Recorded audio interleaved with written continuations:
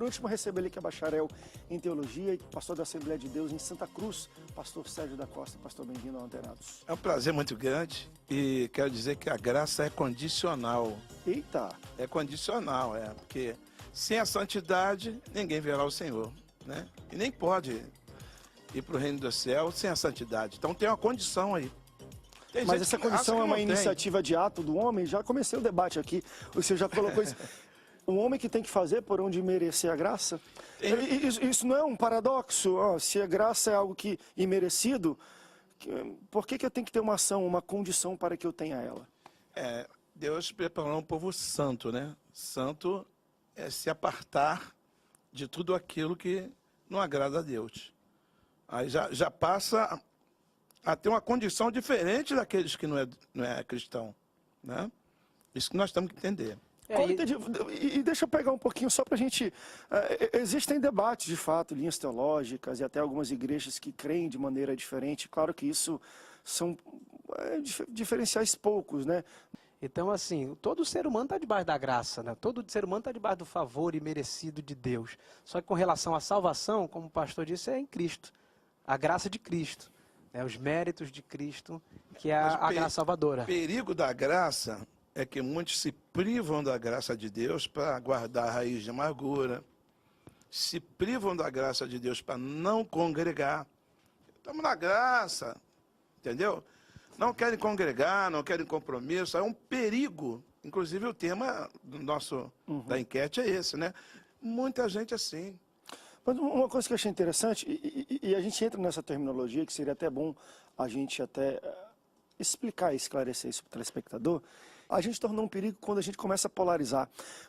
E eu vejo pelos dois lados, quando a gente acha que a graça é barata, entende? Deus me salvou, é a graça, é um favor imerecido, então não tem o que eu possa fazer para mudar o meu status, então vou viver minha vida e Deus vai me salvar, porque a graça dele é maior do que talvez os meus atos. Mas existe também o outro lado de pessoas que tentam se auto-justificar também. Existe os esquerdistas, mas existe o pessoal da extrema-direita. Existe a extrema-direita. Não, a gente tem que ser certo, e eu me justifico, e às vezes, até biblicamente, né, quando são condenados, falam assim, Camilo, no teu nome, fiz um monte de coisa. A gente tenta se justificar diante de Deus para querer merecer aquilo que Deus já fez na cruz, e só Ele poderia, porque Ele era antes do pecado, e Ele não pecou. Eu gostei desse exemplo que você deu dos esquerdistas. Eu já botei eles em partido já. Porque hoje em dia nós estamos atravessando um momento no país que os esquerdistas estão saindo. Eu nunca vi tanta pessoas importantes sendo presa. Eu nunca vi. Entendeu? Eu até imagino, no dia do julgamento, vai julgar e começa a listar, enfim, um monte de coisa errada. O cara, não, isso é golpe, não vai ter golpe não, Deus. O pior vai ser alguns não vai ter golpe não, Deus. O pior serão alguns que vão querer usar da imunidade parlamentar, do foro privilegiado. Mas olha, no teu nome eu fiz e aconteci.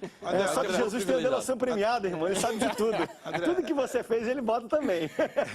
Inclusive, nós vamos entender que a graça mudou também muito costume.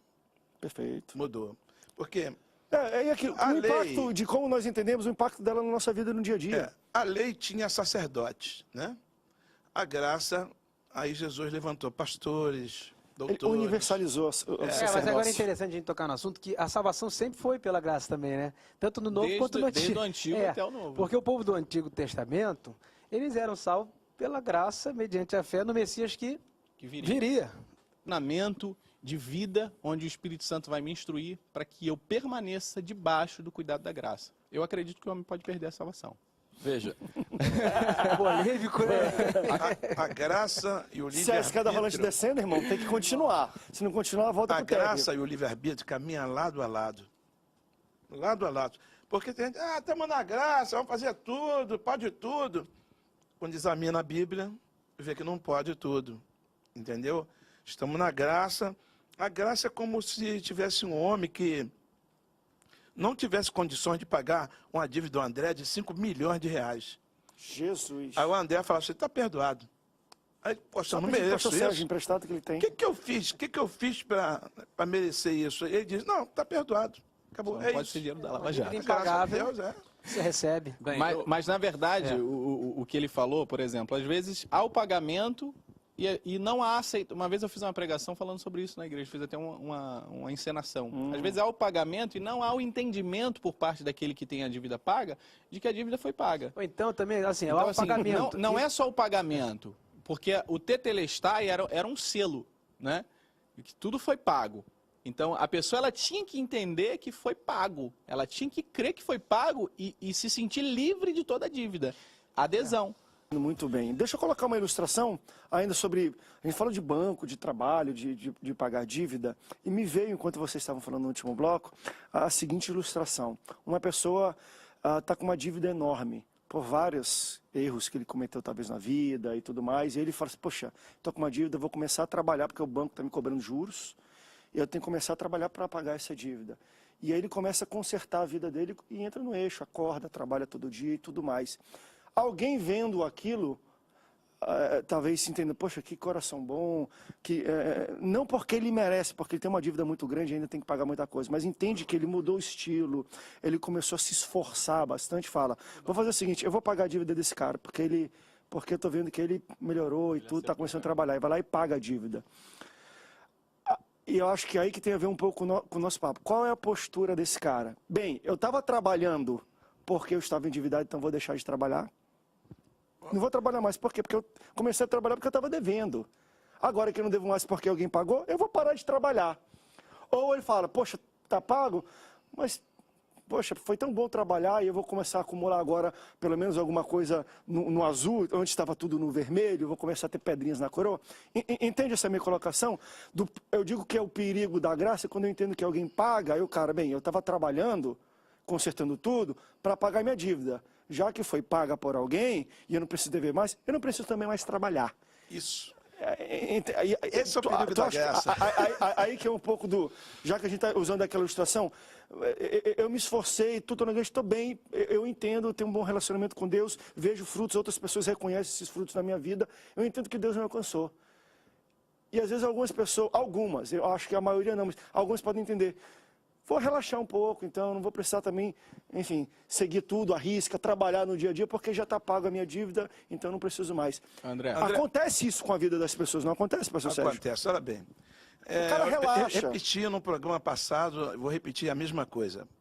A lei condena o melhor dos homens e a graça perdoa o pior dos homens, né? Então, nós vemos que tem pessoa que se considera zerado. Aceitei Jesus como Salvador, estou zerado. Aí, bom, se eu estou zerado, um pecadinho ali, outro pecadinho aqui, eu já estou zerado mesmo. Em vez de ele largar o pecado, ele continua pecando. Depois eu peço perdão de novo, não é arrependimento, é Romanos 6, 1 está dizendo, né, se nós formos libertos do pecado, como nós viveremos ainda nele? É o pessoal fazendo a obra de Deus, olha o perigo da graça. Estamos na graça, mas naquele dia vai falar assim, ó, Senhor, eu fiz a tua obra. E tem gente que pensa que está na graça, pode fazer a obra, mas viver com um pecado oculto. Entendeu? Eu fiz a tua obra, expulsei demônio, fiz tudo aí em teu nome, profetizei. Jesus falou assim, ó, aparta-te de mim, porque tu viveu debaixo da minha graça. Aparta-te de mim, porque tu viveu na prática da iniquidade. Você não pecou, não. Ele viveu naquela prática.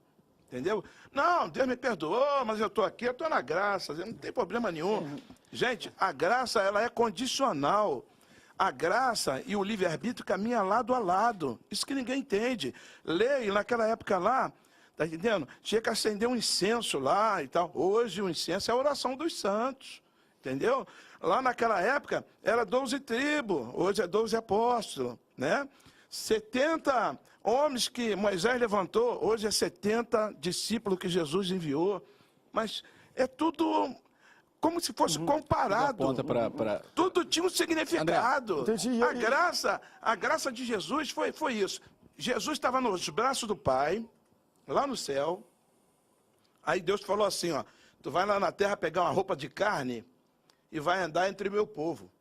Entrou na barriga da Maria e começou a andar com a roupa de carne aqui. Ele viu que a gente não tinha condições de pagar esse pecado. Ele falou assim, eu vou pagar por esse povo. Foi para a cruz. Deixa eu levantar um ponto que eu entendi pelo que o pastor Sérgio falou aqui Pagou para a mim. nossa dívida. E eu acho que às vezes a gente pode ter algum, talvez, erro de terminologia, né, de condição, como a gente entende isso, mas se eu entendi bem, o pastor Sérgio está falando é o seguinte, e eu creio que ele entende isso também. Claro que não existe o que a gente possa fazer para ser alcançado pela graça. A graça está aí.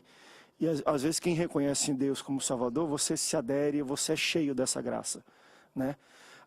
Tudo bem, mas para manter ela comigo, eu tenho que, aí sim, é condicional, talvez não para ser alcançado por ela, não tem o que eu faço para ser alcançado por ela, mas para manter ela comigo, aí eu tenho que perseverar. A gente entra um pouco nessa perseverança, que é aquilo que eu falei, continuo trabalhando ou eu paro de trabalhar porque a minha dívida foi paga. Tem algo que eu tenho que fazer para manter, e aí sim existe uma condicional. Eu acredito na salvação no aspecto. Fui salvo quando eu entendi a graça, aderi à graça. Estou sendo salvo porque é um processo contínuo e serei quando ele regressar para manifestar a plenitude do que a graça faz por mim. Agora, em outros textos, a Bíblia diz que aquele que não crê, ele está o quê? Condenado. Então a graça se manifestou. Eu aderi à graça, salvo. Rejeitei a graça, condenação. A mesma graça. A graça não mudou. Outra ela não coisa foi também, alterada. André, olha bem, não é só aceitar Jesus e entrar no caminho, ele tem que permanecer no caminho. Sim, isso que eu E a evidência de que a graça foi recebida. A parte cerimonial da lei, ela foi abolida, mas a parte moral da lei continua. Olha só, Tem gente que não entende isso. Olha só, eu não acredito que a graça é perigosa, com todo respeito aos irmãos, e nem que ela me condena. A Bíblia diz o seguinte, porque Deus amou o mundo de tal maneira que deu seu único filho para todo aquele que nele crê, não pereça, mas tenha vida eterna. E aquele que não crê, Está condenado. já está condenado. Veja, Por causa da graça. Mas a salvação não se condiciona em só Da negação da graça. Posso concluir? Ou da negação dele da Posso graça. concluir? Né? Porque a graça é um Quem me limite, é um condena termo. não é a graça. Quem me condena sou eu mesmo. A graça ela está disposta a partir do momento em que Cristo é enviado como seu filho por amor a mim, para que nele crendo, isso é graça. Mas Eu o perigo da alcanço a graça vida- é igual um chapéu. Não, concluído. Pecou, Concluindo. da graça Concluindo. tem de caído. Saiu Como do é que a chapéu. graça pode ser um perigo se ela foi colocada para me dar Salvação. vida, Perfeito. fuga, refúgio? A graça é refúgio. Satanás, como diz o apóstolo na sua epístola, ele vai dizer, ó, está ao derredor bramando como um leão, buscando a quem possa tragar. A partir do momento que eu não posso pensar que Deus não conhece o coração. Deus ele não sonda a minha aparência, ele conhece Mas quem o coração. condena o homem então é o diabo e não Deus? Não, quem me condena são as minhas próprias atitudes. O último bloco do Antenados na geral vai ser bem curtinho, porque o debate esquentou durante os 3 primeiros blocos, a gente estourou um pouco. Existe entre, enfim, nós evangélicos, acho que em todas as religiões, mas que pensavam são principalmente nos evangélicos, a corrente de pessoas que entendem que a graça de Deus é tão grande, é algo que inunda tanto, que no fim dos tempos, no fim das contas, todos irão para o céu.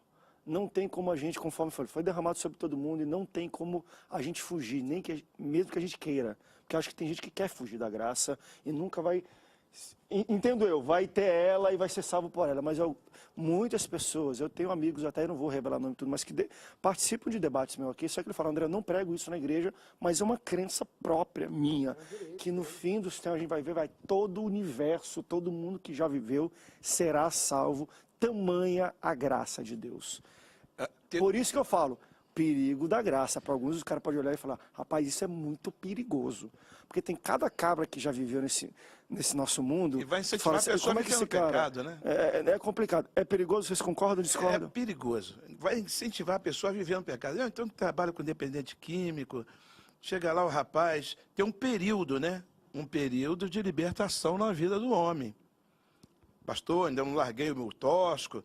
Se Jesus chegar, mesmo você com tóxico, você vai salvo, porque tem um período de libertação na vida de cada um. E só quem sabe é Deus. Aquele homem lá na cruz falou assim, Senhor, lembra-te de mim quando tu entrar no teu reino. Jesus, não, rapaz, tu ainda está fumando ou bebendo, tem algum problema de adultério aí em você? Perguntou nada. Ainda hoje tu estará comigo no paraíso. Acabou o assunto.